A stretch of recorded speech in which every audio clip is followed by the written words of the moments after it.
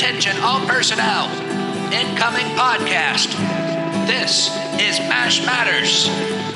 Hello, hello, hello. Welcome to MASH Matters. This is a podcast celebrating the greatest television show of all time. Thank you for listening. Thank you for streaming or downloading or whatever you do, wherever you do it. We really do appreciate you listening. And I need an introduction. My name is Ryan Patrick. I am just a big MASH fan, but my partner needs no introduction. So I'm not going to introduce him.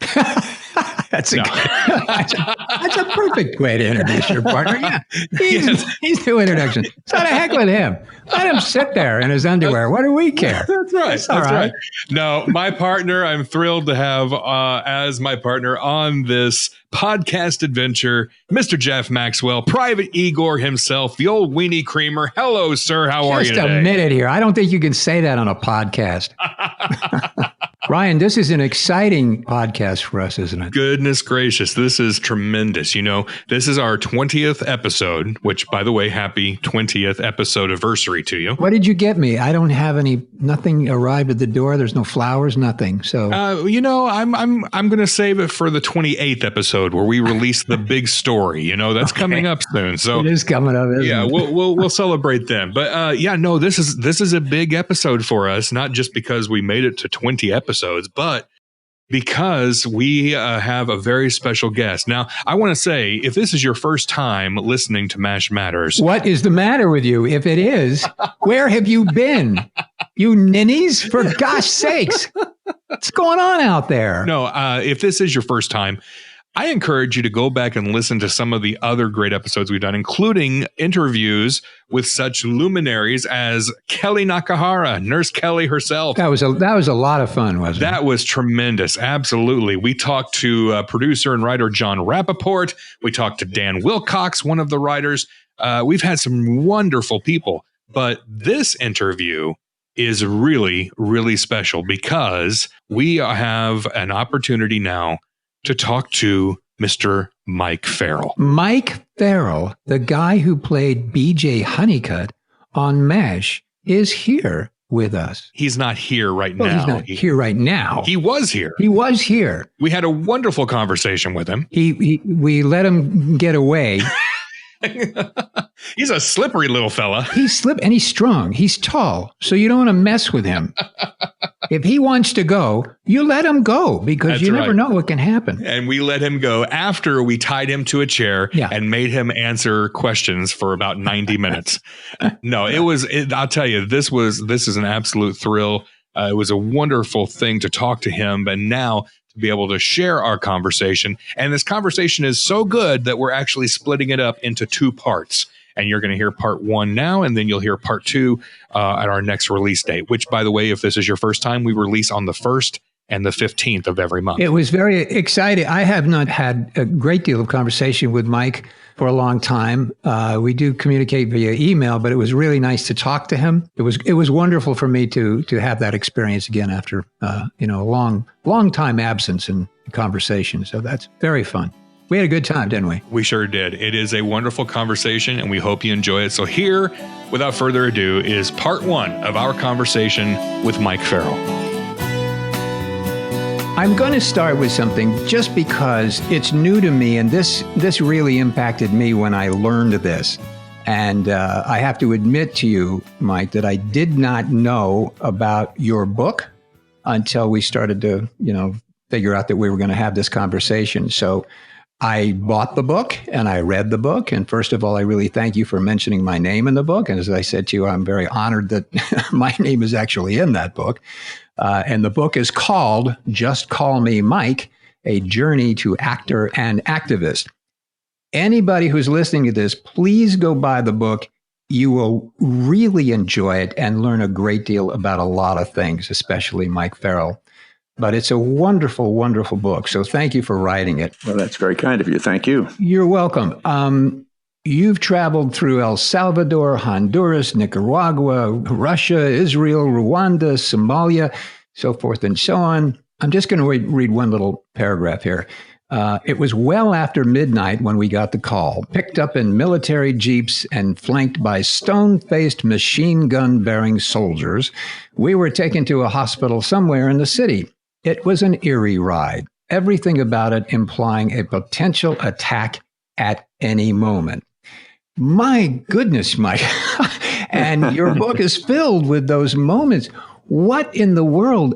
I mean, I read it and I think this guy is Superman. I thought he was a nice actor. You are Superman. What you've gone through in the refugee camps, I am so impressed. What was that like? That in particular, that moment was horrifying. It was scary as hell. Yeah. But, it's also having been in circumstances like that, not like that in particular, but similar. You have two things going on. One is you're trying to do everything you can to protect yourself. And the other is you're watching and thinking about, honest to God, this is really happening. And I'm here and this happens in this world. And these people are exposed to this kind of stuff all the time. And if I pay attention and I get out of it, I can maybe let other people in the world know about it. Well, yeah, if you get out of it, my goodness, to be that dedicated and brave. Frankly, I mean, you have a family, so it's not just like you by yourself roaming around. You can kind of do anything you want. But to have the courage and the dedication to do that and to go into refugee camps and very dangerous territories to deliver medicine and food and so forth is a remarkable thing. I was really impressed, and I hope everybody will read that book. You're going to be as impressed as I am. Thank you very much. You're welcome. Yeah, the book has been out actually for a while. I read it when it first came out. Was that 2000? What year was that? 2008? 2008, right. A little over 10 years ago, right. Wow. And what made you want to write the book? I was asked to write the book by one of the, at the time, co-publishers. And it was a flattering thing to be asked to do and a little scary, frankly. But then I thought, well, I can write about, I don't want to write a book about Hollywood, although you can't avoid, if you're an actor, you can't avoid writing to some degree about your career and about the people you've run into, as it were. But I also, I have had some other kinds of experiences that I thought might be valuable to at least record and have out there for anybody who was interested. Well, one little nugget I remember from the book, and again, it's been a while since I've read it, but you and I share something in that we both had crushes on Natalie Wood, only you had it in like the second grade because you were in class with her.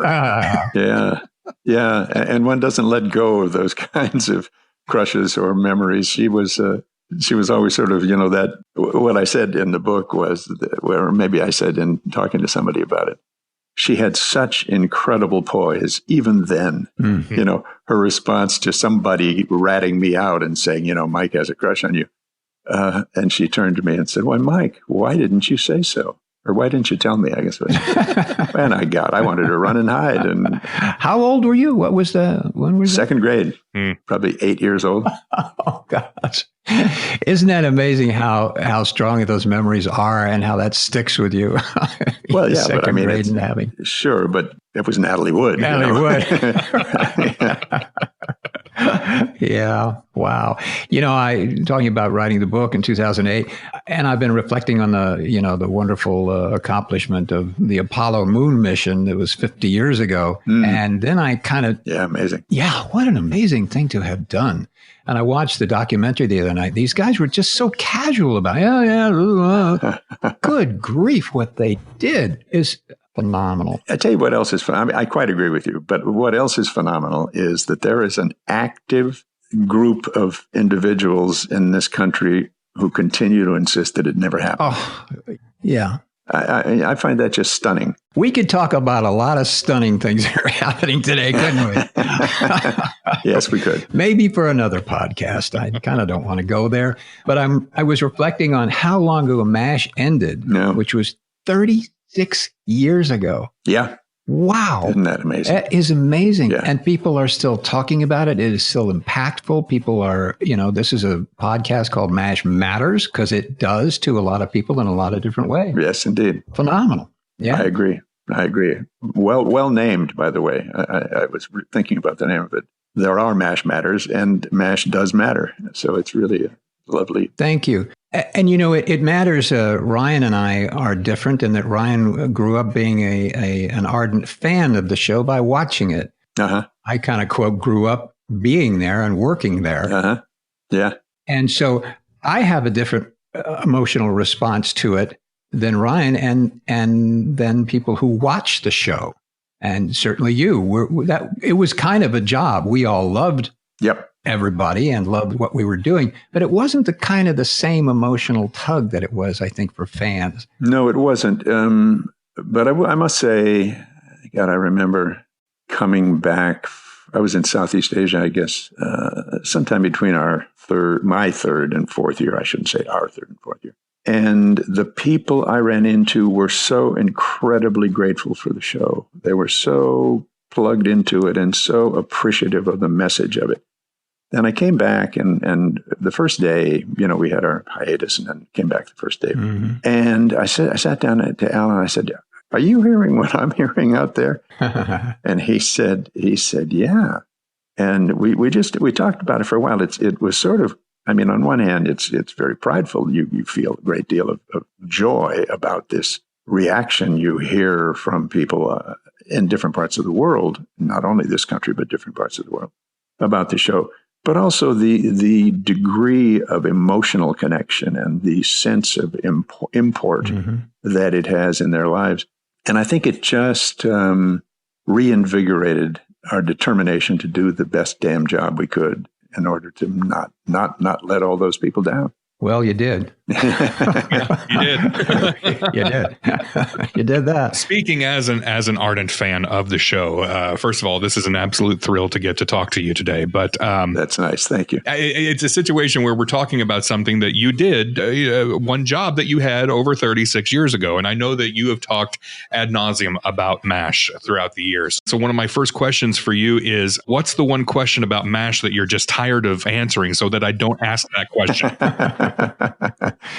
You mentioned ad nauseum. There's no nausea here. I am so in love with the show, the experience of having done it, so grateful for it, so infatuated with my memories of the people associated with it that I have no problem whatsoever talking to anybody about it.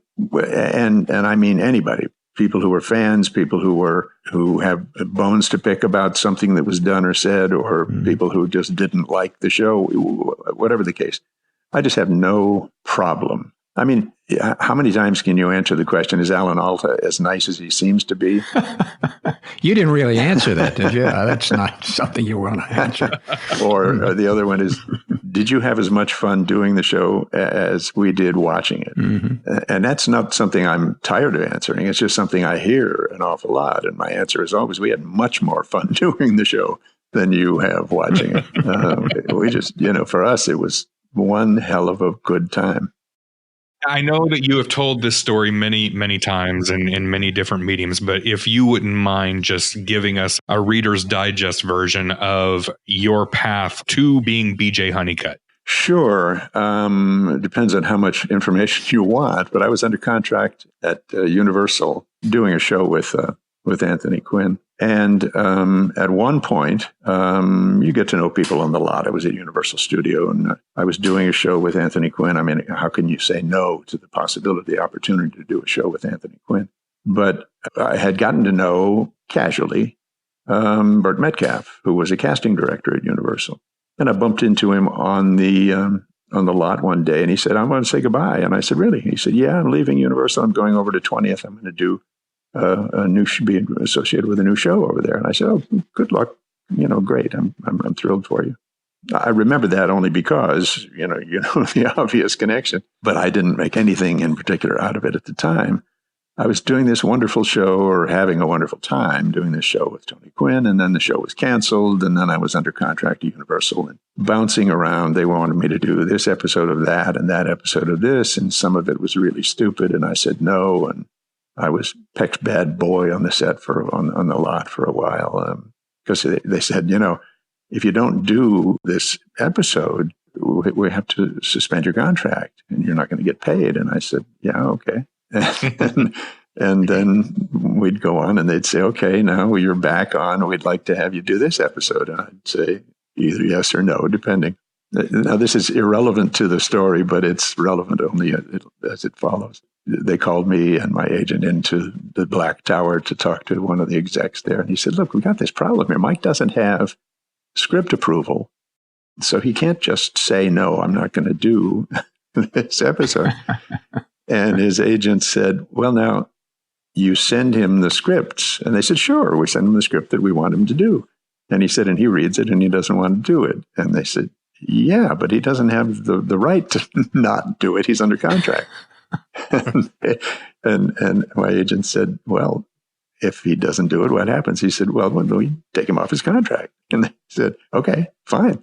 Huh. And they said, but he doesn't have the right to do that.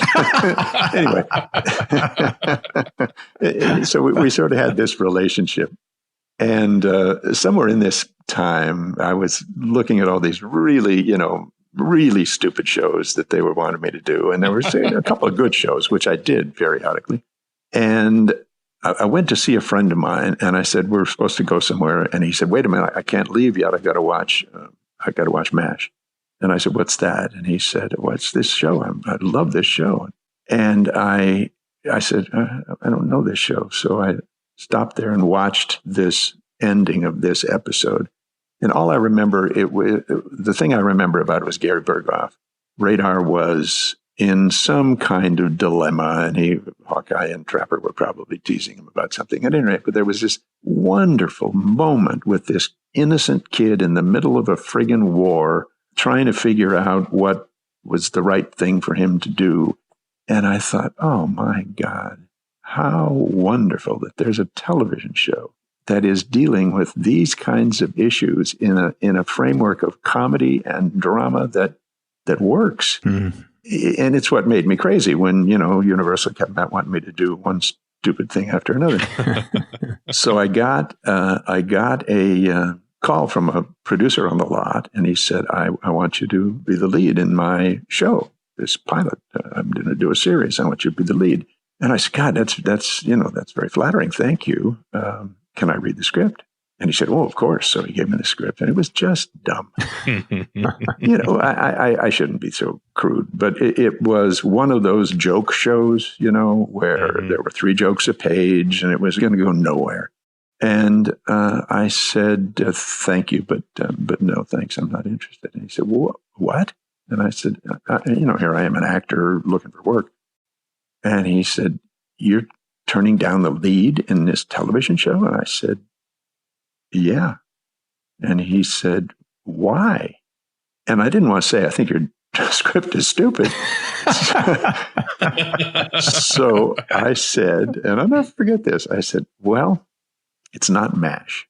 Wow. That's great. And he said, what? What do you mean? I said, I mean, it's not about anything. And MASH is about something. I want to be in a show that's about something. Well, a year or maybe 2 later, my agent called and he said, there's a possibility that Wayne Rogers is leaving MASH. The people over there want to know if they can meet you. Would you be willing to go to a meeting? I said, will I? Would I? I'll drive Wayne to the taxi. What do you want me to do? I said, can I? I'm under contract here. He said, we'll worry about that later. If you want to have the meeting, go have the meeting. So I went, I met Gene and Larry and Bert. And there was this Bert on this little show he had gone to do. And I thought, oh my God, it's like heaven sent. And we had a wonderful conversation, and they were very sweet, and as they always were, and very respectful. And they said, we can't promise you anything. We don't know if this contract difficulty with Wayne is going to work out or not.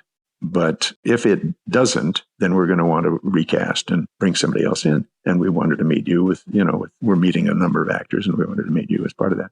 And I said, that's fabulous and wonderful, and I understand completely, and I'm nervous as hell. I love your show. But I said, the one thing I really would not be interested in doing is stepping into Wayne's boots and playing Trapper John. I think that'd be a big mistake. And they said, oh, no, absolutely right.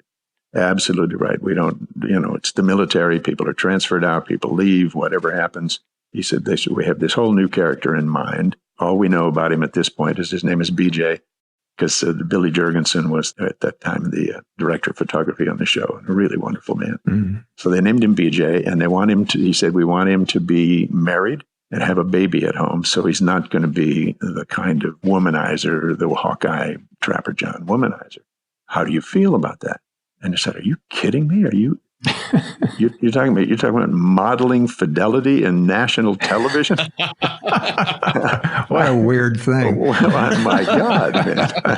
I said, what an extraordinary idea. Now, was it Burt Metcalf that actually might have called you in to meet them? Or? I can only guess that it was. I thanked Burt about 700,000 times.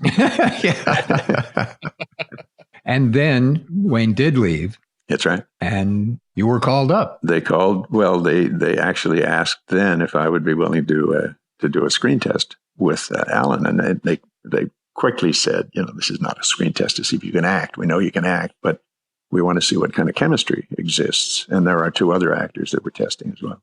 And I said, okay, sure, absolutely. And I got lucky. Can I tell you a little secret? I'll share this with you. I kind of secretly shared this with Ryan a few minutes ago, but I was there when you did the screen test. Oh, no kidding. Yeah, I saw everybody. I know there was you and Alan Fudge.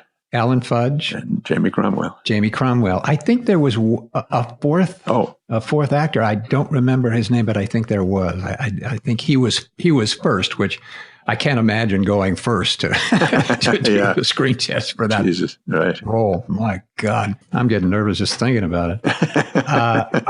I think you were fourth. I think that's right. Yeah. And I watched everybody and I thought, wow, everybody was obviously, they were all very terrific actors. And Jamie Cromwell was terrific. But there was a moment between you and Alan that was in the air. Huh. And while maybe the dialogue was one thing or the other, or something happened or didn't happen, but when there wasn't any dialogue, what was in the air between you and he was really special. And I remember walking out thinking, wow, that's got to mean something, because it was real serious and very, very visible. So there you go. Oh, that's wonderful. That's thrilling to hear, Jeff. Thank you. You're welcome. All I know in the air, my brain was in the air. I didn't know. Yeah, it must have been. Man, I thought, oh my God, what have I done? I remember going to my car thinking, Jesus Christ, Mike, this is a comedy. You're supposed to be funny, you goddamn idiot. Well, maybe Alan was thinking the same thing, but whatever it was, worked. Yeah, well, I'm glad. Between the two of you, really, in the silences, in the moments between there was something very, very special. And I think that was very meaningful to everybody. Well, I'm thrilled to hear that. It's nice. All I know is I got that call. Well, let's talk about that. You got the call, and so you are on the show. Do you remember anything in particular about those first days on the set? Oh, sure. The first day in particular, 2 things. The day I got the call, I got a second call asking me if I'd have dinner with Alan, which was just phenomenally generous of him. And we met in Hollywood at a Chinese restaurant, and we sat and talked about his ideas, about the show, about his feelings, about what he wanted out of the show, and how happy he was to, have me coming in. And it was heaven sent. I mean, and one of the most generous acts on the part of an actor that I think I've ever seen, particularly a lead actor in a situation like that. That was one thing. So I was excited. Mm-hmm. I was terrified that I was going to be bad. And, I've said many times that I felt like I was wearing an albatross around my neck, which was, if this show in its 4th season was canceled for whatever reason, I would wear it for the rest of my life. and I, God knows, didn't want that to happen. So I went on the set, and I thought, I'd been thinking, Jesus, this is great. I mean, he was so nice to me, and isn't that great? But there are all these other people too, and they've been working with Wayne, and they probably feel some sense of loss about his having departed, and maybe some resentment about this guy. Who the hell does he think he is coming in to replace our beloved, Trapper John? I thought, oh God, what's it going to be like? And I walked on the set, and the first person to walk up to me was Gary, who stuck out his hand. He said, "I'm Gary Berghoff. Welcome aboard." Loretta did the same thing. Bill Christopher did the same thing. Larry Linville did the same thing. It was I just thought, oh God, I have fallen into paradise. This is, so in my wildest dreams, I had hoped for something like this. And here I was. And the second thing, we sat down and read through the script, which was it's nirvana, for God's sake. I was through places where they threw a script at you and said, here's your mark, hit your marks and shut up otherwise. And here we sat down around this table, and Gene was the director, and he said, okay, Mike, here we're going to read through the script so that they can get a timing and have a little sense of it. And I said, great. And then we read through the script. And at the end of the reading, he said, okay, page 1. And I looked at him, and he said, oh, here, we just want to know if anybody has any questions, any thoughts, any suggestions. And I thought, are you kidding me? Are you kidding me? You want to hear from us? It was just like Magic Town. And some, I heard actors say, I think this joke could work better if Bill said it, or maybe we need to try this here. And I thought, God, and they're paying attention to these actors, and they want to know what actors think, and they're open to their ideas. Oh, this is like, somebody pinch me, Do you think Alan Funt was going to walk around the corner and... You're on candid camera. Yeah, there was that sense. This is all a joke, pal. I one of the first days that I saw you, and I think it was the second, it wasn't the first day that you were there out at the ranch? The run and the whole thing getting muddy. Yeah. And then when you were on stage 9, I think it was the second day, and I saw you, and you came into the mess tent or something, and I think I said, hi, welcome to MASH, or said some kind of greeting, and you looked at me, and there was a moment of a deer in the headlight. There was just a second. It went away really fast, but there was just 1 second. I thought, this guy's going through, my gosh, what he must be going through. Oh, man. But what fun, though. My goodness. Yeah. Well, you just mentioned it, so I need to ask this.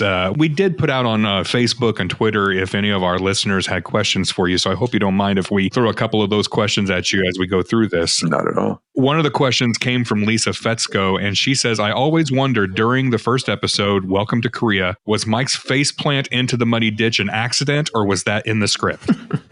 It was in the script. It was in the script. It was in the script that I fell, and I just, went for it. Boy, you sure did.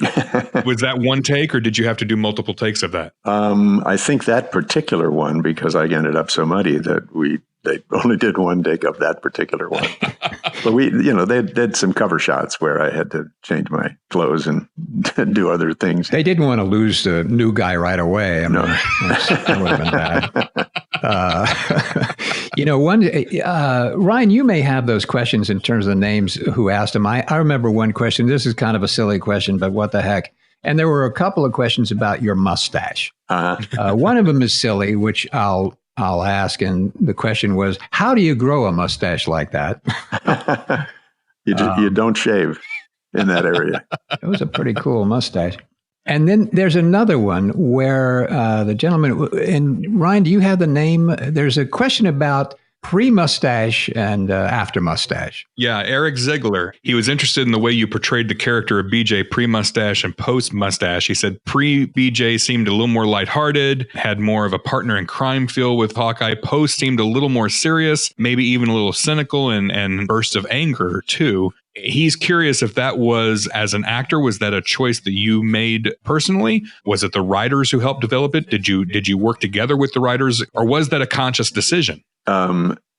First of all, the reason for the mustache, Alan called me and during the hiatus between, what was it, 2 and 3? When was it? I've forgotten that the mustache came aboard. But at any rate, between pre-mustache and post-mustache, or pre-mustache and mustache, Alan called and he said that there is this, maybe there's a sense on the parts of the producers that we're too much alike. What would you think about the idea of growing a mustache? I said, great.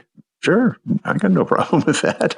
So that was the reason for the mustache. Mm-hmm. Then, in terms of the development of the character, the writers clearly wanted to not, they'd already done the show for 3 years by the time I got there. And after I was there for 1 year, I'm not sure if the mustache came in that next year or was it the year after that. I think they determined a couple of things. And one was they didn't want to repeat and they didn't want to fall into the trap of repeating. And what they decided to do, and this is my intuiting what they decided, and some of it has been verified for me in conversations with the writers, but they wanted to look deeper into the characters. And they thought that having the audience get to know these characters was urgently important and necessary for the series to continue to thrive and also for the show to be meaningful. So it was a kind of a combination of things. We did an episode, I think my first year was Larry Gelbard's last year there, I believe. And I remember Larry wrote a wonderful episode about Alan Hawkeye being put into a situation where we had a nurse temporarily assigned to the unit, and she was somebody that he had a love affair with back in the States or during medical school or something. And of course, Blythe Danner played the role beautifully, as Blythe always does. Yes. Mm-hmm. And it was a wonderful show about, the two of them sort of seeing each other. And she may have been married at the time or something. At any rate, it was very kind of one of these, oh my God, we can't, and oh my God, we can't not. But there was a scene in it between Alan and I, between Hawkeye and BJ, that he was kind of apologetic about the fact that he'd been having this now torrid affair with her and not around a lot in the swamp. And he said, you haven't seen me lately. I haven't been home much the past few weeks. Better, that way you miss me sobbing into my pillow. I think we're very happy. I think you'd probably know. You disapprove. Me? You want disapproval? You disapprove. I'm not the Acme Judgment Company. A lot of married people are unfaithful. I read that in the Cheater's Almanac. You? Me what? Ever been unfaithful? To whom? Well, who could you be unfaithful to? Myself, for opener. No, come on, you know what I mean. To your wife. You mean if I ever strayed? Never checked in somewhere without a toothbrush? Never. Never been tempted? Tempted's another subject. You have been tempted. Never. But it's another subject. Rat. It was a terrific exchange between these two guys, and it was really about something deep. But at the end, after we shot it, Larry was standing there, and I went over to him and I said, that was a wonderful, fun, great scene. Thank you. But I just want to raise a question with you. BJ, we're talking about BJ being faithful to his wife. I get that, and I think that's a great thing for us to be aiming for. But to suggest that he's never been tempted, really, it seems to me, goes over the top. And I'm not sure that's an honest presentation. And he said, oh, thank you. He said, that's a very interesting thought. And the next year, Gene came up to me and he said, remember that conversation with Larry about whether or not BJ was ever tempted? And I said, yeah, I do remember the conversation very well. And he said, what would you think about BJ falling off the Fidelity wagon? Mm-hmm. And I said, wow. I tell you, it depends on how it's done, but it's more important to me how it's resolved. Mm-hmm. And he said, okay. And they went away and they wrote that script. And it's one I still have people talking about. Mm-hmm. So it's, those kind of life experiences happened on that set. And it's just, mm-hmm. it's just, for me, it's thrilling to go back and remember them and think about it. And what an amazing thing to be in that environment with so many incredibly talented, wonderful people. Absolutely. As human beings, not just talented as actors or writers or directors, but as human beings, this was an experience I've never had. I showed up on MASH as a guy who used to work in nightclubs as a comic with a partner. So I came into this. It was a whole different dynamic. And everybody was so nice and kind of adult. I expected it to be wild and wacky as a television show and everybody be naked and running around and have a great time. Yeah. And instead, these were like grown-ups. I was a little disappointed. Yeah. Not enough nudity, no. Yeah, definitely not enough nudity. But boy, what an experience and what a remarkable thing for me to grow up around wonderful, incredibly intelligent, mature adult humans. And the humanity there was like no other place I've ever experienced in a work environment anyway. Me too. Yeah. Yeah. Well, so what was it about acting that kind of got you, other than Natalie Wood? And I certainly understand that, but what was it about acting that kind of hooked you? It was a combination of things, more of them. I grew up in West Hollywood. My folks moved out here from Minnesota when I was 2 years old, and I grew up in West Hollywood, which is, today a city, but then it was a county strip, and a lot of stuff went on, and Sunset Strip and Mickey Cohen was shot at on Sunset Strip, and stuff. It was it was an interesting place to be and an interesting place to grow up. But you grew up. My dad was a carpenter, and he got in the union, and he worked in the studios at sometimes. And one time he worked with Natalie Wood, and he brought home for me a signed autographed picture. She claimed that she remembered me, which is bullshit, but she was very sweet and sent home as an autographed picture. Anyway, so you grow up in the. I often say to people, you grow up in the lumber town, you go to work in the mill. It's not quite that simple, but there was this magic about the industry. And my sister, I had an older sister, and she used to bring home movie magazines, and I'd look through them, and I'd see that there were young people, kids, who had careers. I mean, they had a following, and they got attention and respect on what I thought was love and attention and respect, this triangle of human needs that I've subsequently found out were universal.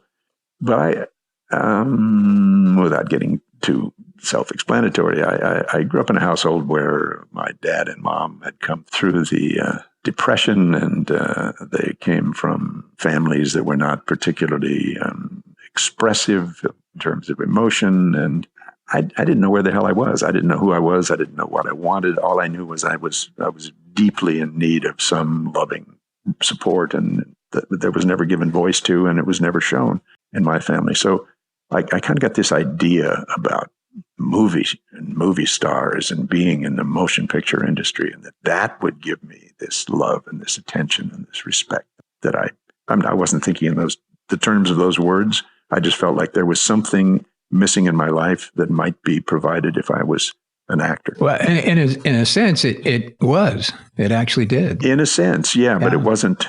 That's the trap. In my opinion, our industry is full of the walking wounded, full of people who didn't get what they needed as children, don't get the sense of fulfillment that they need as human beings, and think they're going to get it from their career as an actor, and don't. Because it can't provide it. It doesn't work.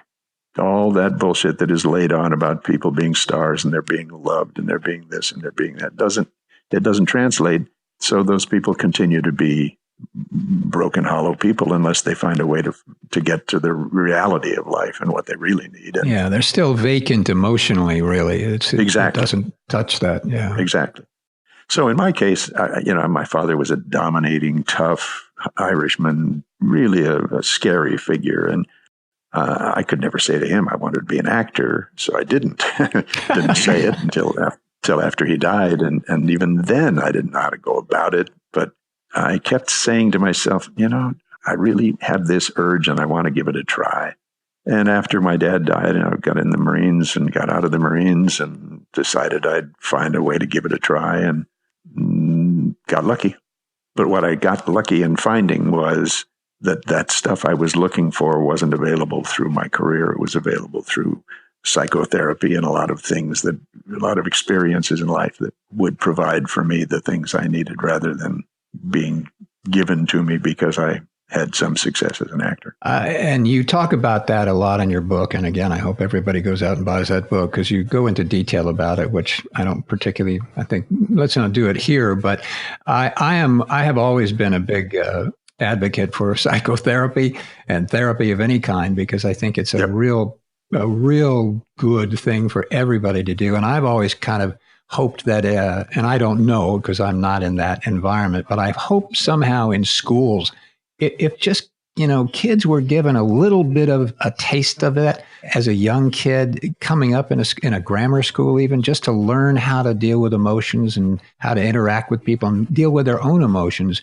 it would help, prevent a lot of difficulty and damage down the road. It certainly is not going to save everybody, but boy, it could sure help. I couldn't agree more, Jeff. I think that's absolutely right on. I was part of a social club, a YMCA club that was formed, from reading the book, was formed and with a group of kids who got together from mostly some grammar school and mostly junior high school.